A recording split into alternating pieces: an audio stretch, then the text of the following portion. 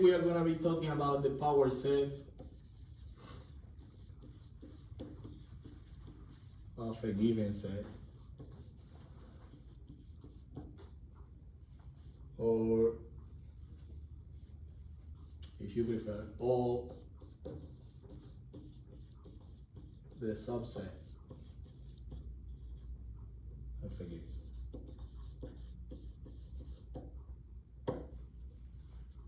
In particular, we are gonna introduce an algorithm to compute all subsets of a finite set. Okay. Well,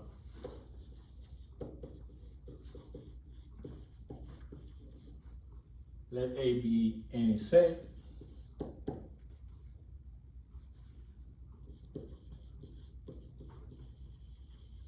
the power set of A is the set whose elements are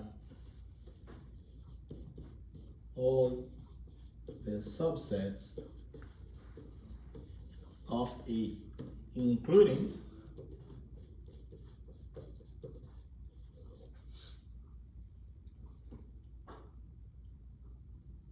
the empty set and A itself. Okay, so we are going to use the following notation for the power set.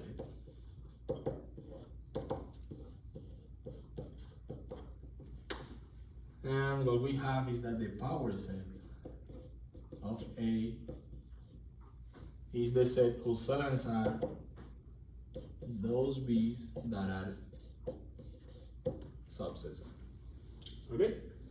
Well, let's see an example.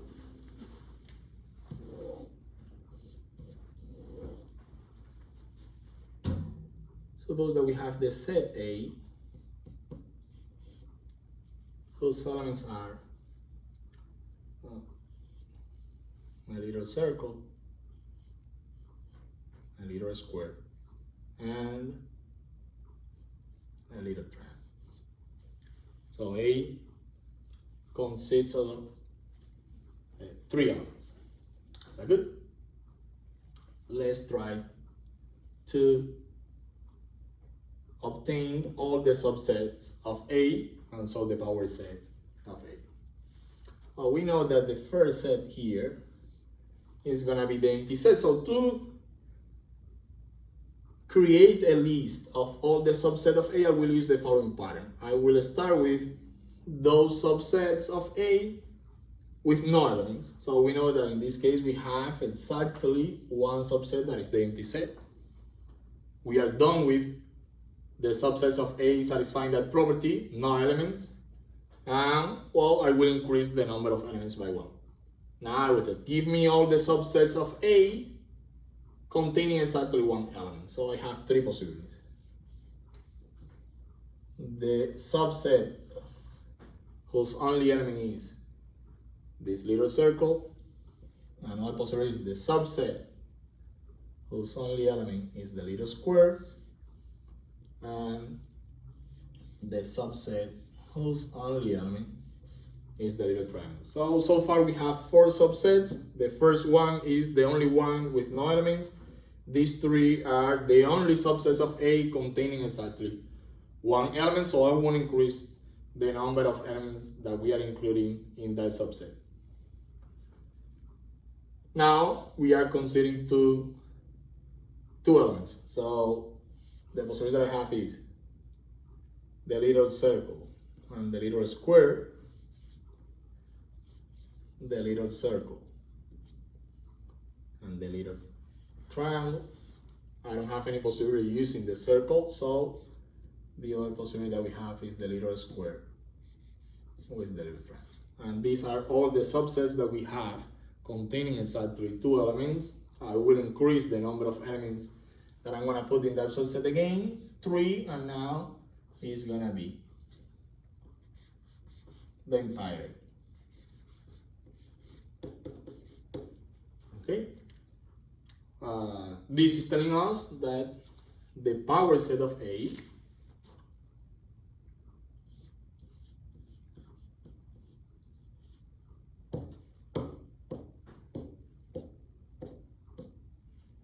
contains 8 elements, all the subsets of A, and in this case, it's gonna be this.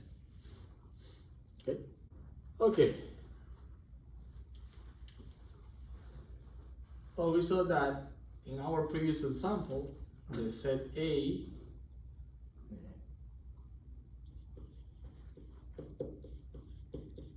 consisted of 3 elements,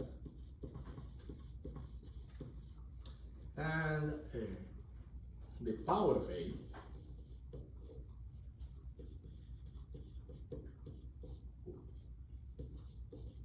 consisted of 8 elements. And 8 is equals to 2 to the third. And what we are gonna prove now is that indeed, if we have a finite set A, the power set is gonna have, we have a finite set A with n elements, the power set is gonna have 2 to the n elements. So let's suppose, let A be a finite set,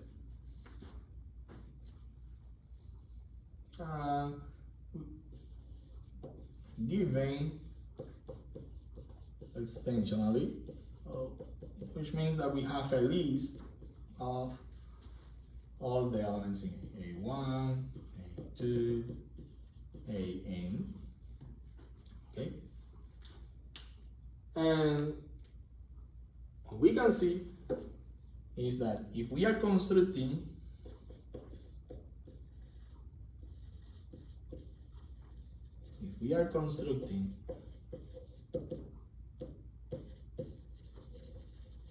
a subset B of A, what we need to do is to decide what elements in A, we will include in the subset B. Okay? So we are constructing B, and what we need to do is to decide whether or not we include every element. So we have 2 possibilities for every element in A: including it or discarding it. Including it or discarding it. For every element, we have these 2 possibilities. So that means that every subset B is in correspondence with a sequence of the symbols, the characters I, D, which I means that we are including that element, and D that we are not including it. This sequence has length n, and for every position in that sequence we have only 2 possibilities, I or D, which is giving us that we have 2, the multiplication principle,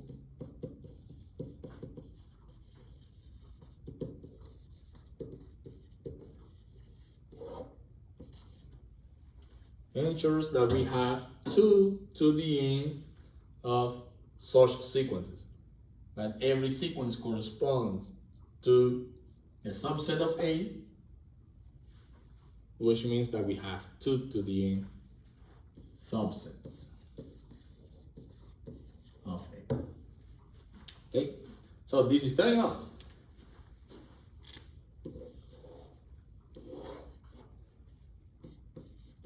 that the power set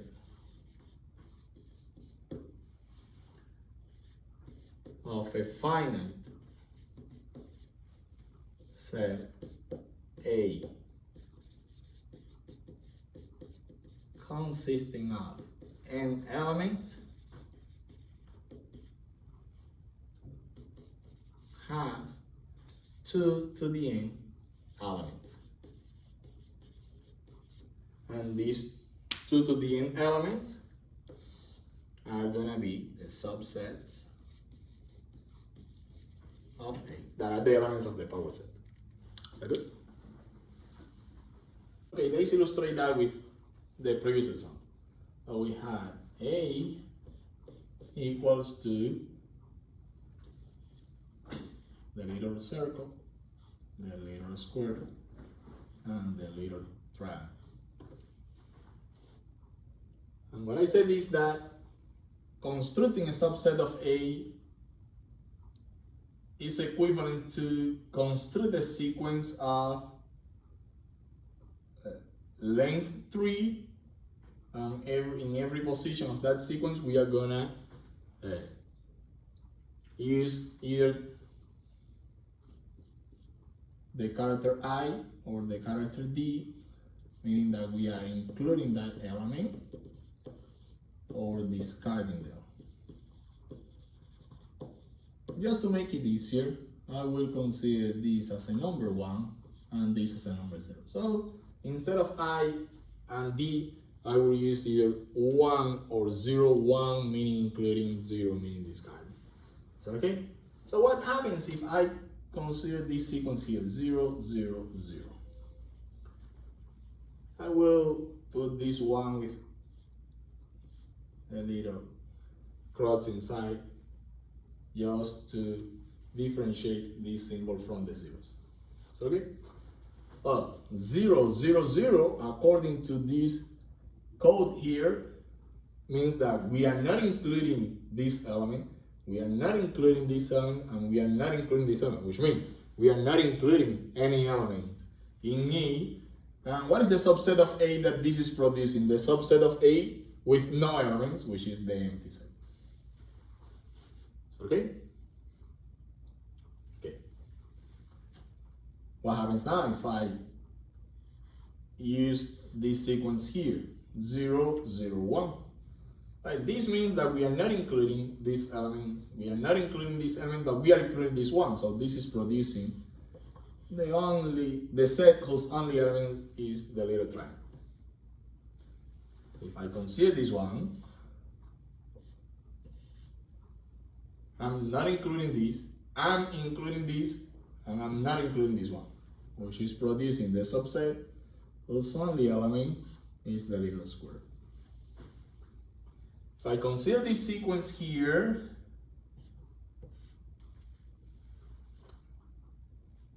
that means I'm not including this, but I'm including these two.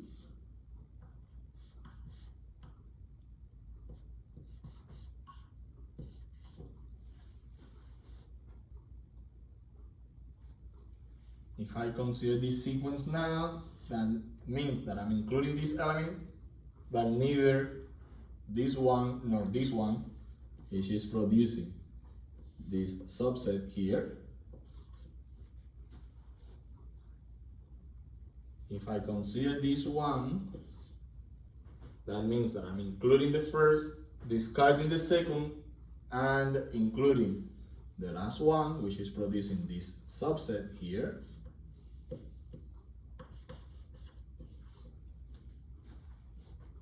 All right?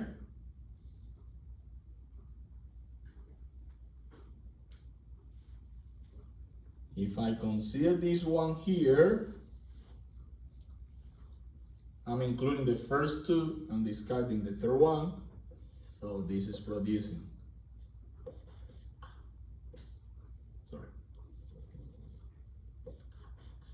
this subset.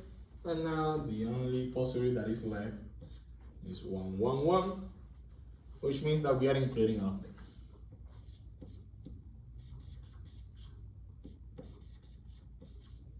I know that we are good because the length of these sequences is 3. We have 2 possibilities for every position, which means 2 times 2 times 2, which is 2 to the third, which is 8, and I already have 8 of such sequences, so we are good, and we already know also that these are all the subsets of the set A, and this is telling us that we have a correspondence between the subsets of A and the sequences of zeros and ones, whose length is exactly the number of elements in the given finite set. So, okay, but we can say more. We can say more. If we think of these as the binary representation of a natural number, which means that this digit here corresponds to the power 2 to the 0, this digit here corresponds to the power 2 to the first, and this digit here corresponds to the power 2 to the second. So remember that we usually use the decimal representation of the numbers, which means that instead of the powers of 2, we are using the powers of 10. So if I give you the number 347, that means that this is 7 times 10 to the 0 plus 4 times 10 to the second plus 4 times 10 to the first plus 3 times 10 to the second. 10 to the 0 is 1, so this is 7 times 1. 10 to the first is 10, so this is 4 times 10. 10 to the second is 100, so this is 3 times 100. And now 7 times 1 is 7, 4 times 10 is 4, 3 times 100 is 300, 4 times 10 is 40. So if we add these, we get the 347 that we have. So we can do this with any base, not necessarily 10. The only difference is that when we are using base 10s, the digits that we have are from 0 to 9. When we use a base B, any base B, positive, the digits that we are going to have are from 0 to B minus 1. So if B is equal to, now is from 0 to 2 minus 1, which is 1. So the only digits that we have are going to be 0 and 1. And how we get the corresponding number in decimal representation? Well, just using these digits multiplied by the corresponding power, and then we add. 0 times 2 to the 0, which is 1, is going to be 0, plus 0 times 2 to the first, which is 2, is going to be 0, plus 0 times 2 to the second, which is 4, is going to be 0, and when we add up all these zeros, we are going to get 0. Okay? 1 times 2 to the 0, which is 1, is going to be 1, plus 0 times 2 to the first. 2 to the first is 2, 0 times 2 is going to be 0. 0 times 2 to the second, which is 4, is going to be 0. So 1 plus 0 is going to be 1. 0 times 2 to the first plus 0 times 2 to the 0 is 0, plus 1 times 2 to the first, that is 2, is 2, plus 0 times 2 to the second, which is 4, is 0. So this is 2. 1 plus 2 plus 0 is 3. 0, 0 plus 1 times 2 to the second, which is 4, is 4. 1 times 2 to the 0 is 1, plus 0, plus 4, 2 plus 4, 1 plus 2 plus 4 is 7. So these sequences here are not only giving us a way to construct all the subsets, but also we have that these sequences are enumerating these sets. Is that okay? If we use it as a binary representation. All right. So we can use this to construct an algorithm to get all the subsets of a finite set. Let's see how. All right. So let's focus now. this part here, and well, what is going to be the input of this algorithm? The input is going to be a finite set A. If we want, we can assume that is given extensionally, which means basically that we have listed all the elements in A.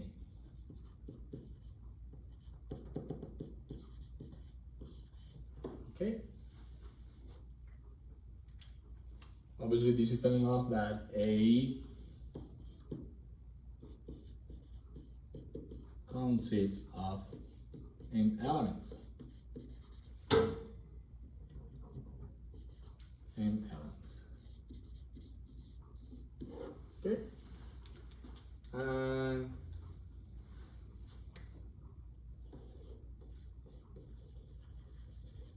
what is going to be the output?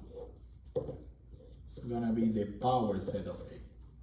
If you want, also describe extension. Okay, a list of all subsets of A. So okay.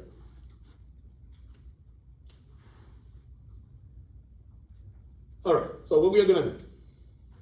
First step is going to be the following. We already know that if A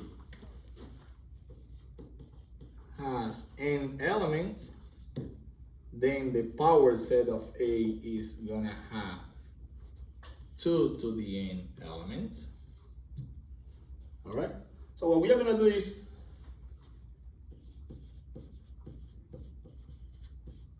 construct a list. I will use a name for this list, L1. Okay?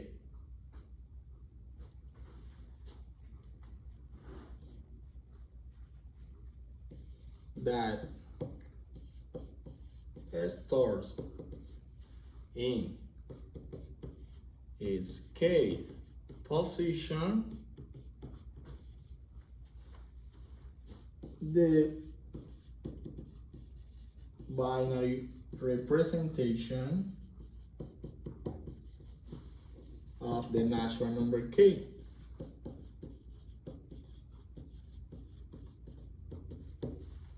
For every k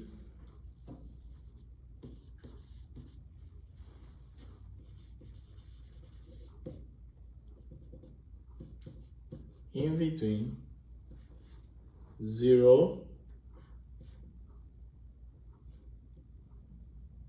and 2 to the n minus 1. Why I'm using 2 to the n minus 1? Because I know that I have 2 to the n elements in the power set. But since I'm starting at 0, it's like a shift to the left. So if I were starting at 1, it would be from 1 to 2 to the n. But since I'm starting at 0, it's from 0 to the previous element 2 to the n minus 1. Is that okay? So at this point, what we are doing? K equals 0. My first list is going to have what? What is the binary representation of 0? 0, 0, 0. K equal 1. What is the binary representation of 1? 1 times 2 to the first, 1 times 2 to the 0, 0 times 2 to the first, so all the others are going to be 0. K equals 2. 0 times 2 to the 0, 1 times 2 to the first, which is 2, 0 for all the others. And we continue that way until we reach k equals 2 to the n minus 1. And that's going to be the first list, L1. So, okay, as we did before, for that set consisting of 3 elements. All right? What is going to be now the second step? Well, the second step, what we need to do now is to convert the list L1 into a second list L2. All right? How?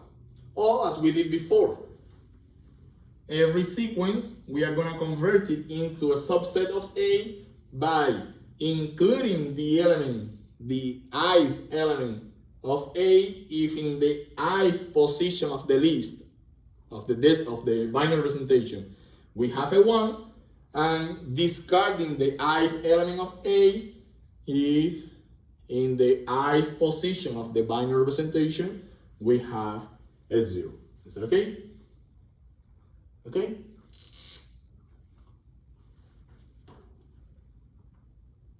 Okay, assigned to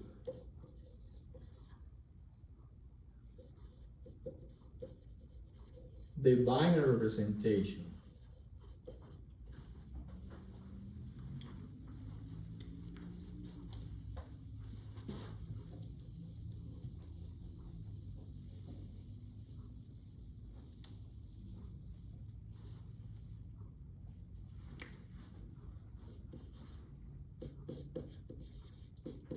B indicate position of L1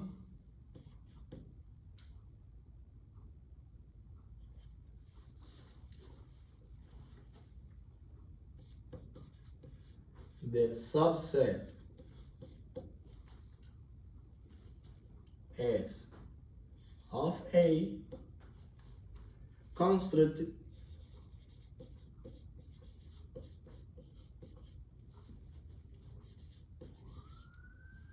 by the following rule.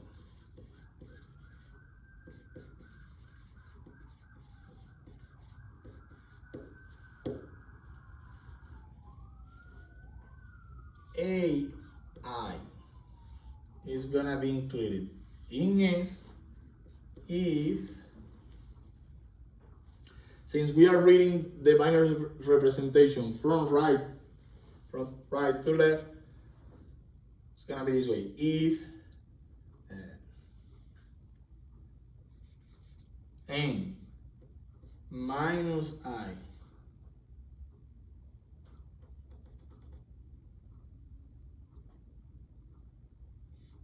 L1 at the position L minus 1 is equal 1, don't include AI in S if the position n minus I in L1 is 0. Okay? All right?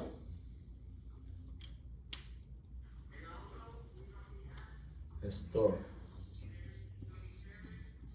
S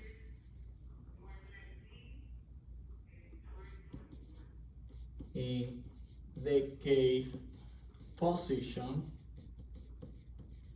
of a second list, the list now not of the binary representation, the list of subsets L2. Is that okay?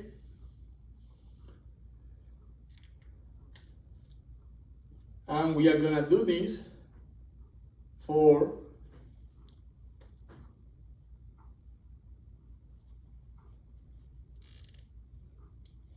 we are gonna repeat this step 2.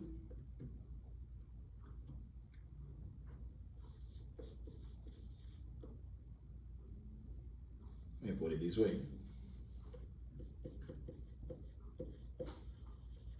For every k from 0 to 2 to the n minus 1, to the n minus 1. Okay? And well, if you prefer, if you like the language of computer science or something like this, you can have a third step here that is just return, print, whatever you want, L2. Okay? Or to be more formal, you can pass from the list to the notation of that we are using for the set. So okay, well, basically these are the steps that you need to follow. All right. Okay, let's conclude this main lecture with some important remarks about the power set. The first one is that suppose that we have a set A, and this letter A is an element of this set. So it is not the same, the element A, as the set whose only element is A. So these are two different kind of objects. Okay, if you want just to have some intuitive idea, is that it's not the same if you have an orange as if you have a bag with that orange inside. So philosophically they are different kind of objects. So this is telling us that in general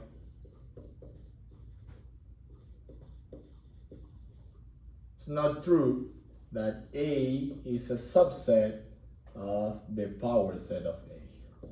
Okay.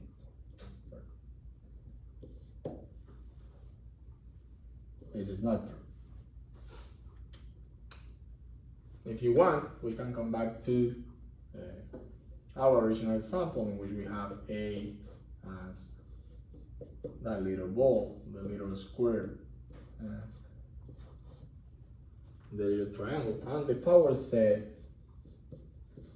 was the empty set, the set whose only elements was the little ball, the set whose only element is the little square, the set whose only element is the little triangle, the set whose elements are the little ball and the little square, the set whose elements are the little ball and the little triangle.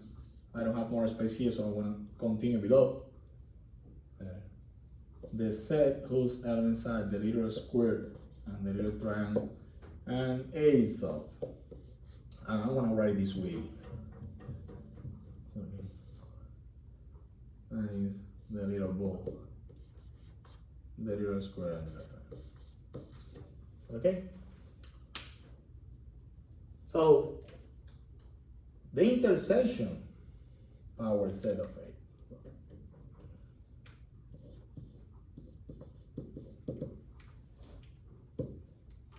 The intersection is what these sets have in common. So we need to go to the elements in this set, go in here, go to the elements in this set, and see, verify whether they have anything in common or not. Okay? And you say, well, I have the little circle here and the little circle here, but this is just the little circle, and this is the set whose only element is the little circle. So these two are not the same element. So we cannot say that these two are in common. It's a common element for A and the power set of A. We cannot say that for these two either, and we cannot say that for these two either.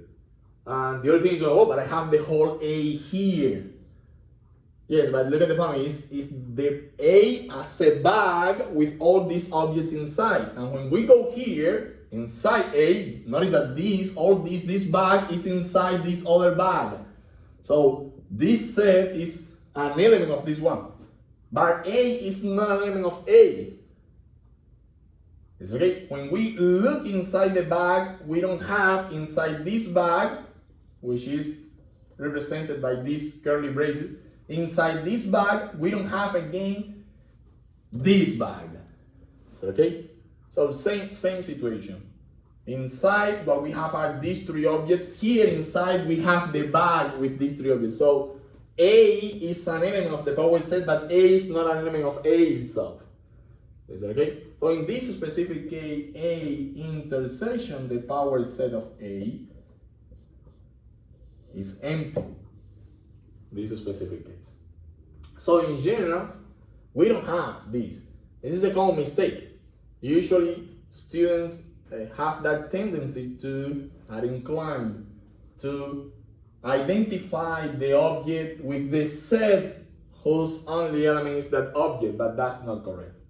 So in general, A is not a subset of the power set of A, and this is an example. All right? But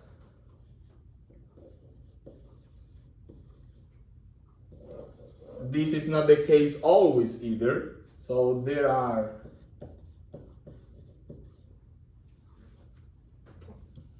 I don't need some. There are sets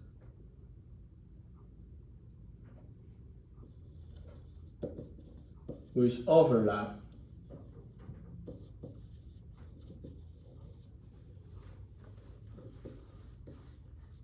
they are power sets.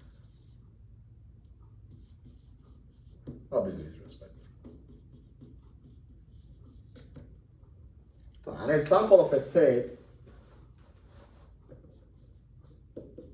overlapping power set is the following. So let's consider A as the set whose elements are the number 1 and the set whose only element is the number 1. Okay, in this A, we have only 2 elements. So the number of elements in A, n, that is the symbol that we have been using to represent the number of elements in A is 2. So that means that the power set of A has 4 elements because the power set has 2 to the n, which in this case is 2 to the 2, which is 4. Which are those elements? Well, always the empty set and A itself. But here we have, well, the set whose only element is 1, because since 1 is an element of A, we can consider the set, the subset of A containing only this element, and the set whose only element is this one. So it's the set whose only element is the set whose only element is the number 1. Is that okay? So the only subset of A with no elements, the only 2 subsets of A consisting of exactly 1 element, and the only subset of A consisting of 2 elements, which is A itself. Is that okay? But now when we have A intersection the power set of A, is that okay? Oh, empty is an element, the power set, but the empty set is not an element of A. 1, the number 1 is an element of A, but it's not an element of the power set. But the set whose only element is 1 is an element of both. So this intersection is going to be the set whose only element is 1. Okay? This is an element of the power set, but it's not an element of A. A is an element of the power set, and it's not an element of A. So this is the intersection. So we have both. In general, A is not a subset of the power set, and this is an example in which A and the power set of A have nothing in common. The intersection is empty, but this is not the case. This is not always the case either. This is an example of a set A that has a non-empty intersection with its power set. Is that okay? And finally, another common mistake is the following. What is going to be the power set of the empty set? Well, the power set of the empty set is the set whose elements are all the subsets of the empty set. Is that okay? So it's a set whose elements are all the subsets of the empty set. But the empty set is a subset of itself. So the power set of the empty set is the set containing 1 element. So it's not the empty set. It's the set containing 1 element. And that element is the empty set. And this is different from the empty set itself. Because this set has 1 element, and that element is the empty set, but it's not the same as the empty set, which has no elements. Is that okay? So it's a little bit confusing, but little by little, all this is gonna start making a little bit more sense. So thank you.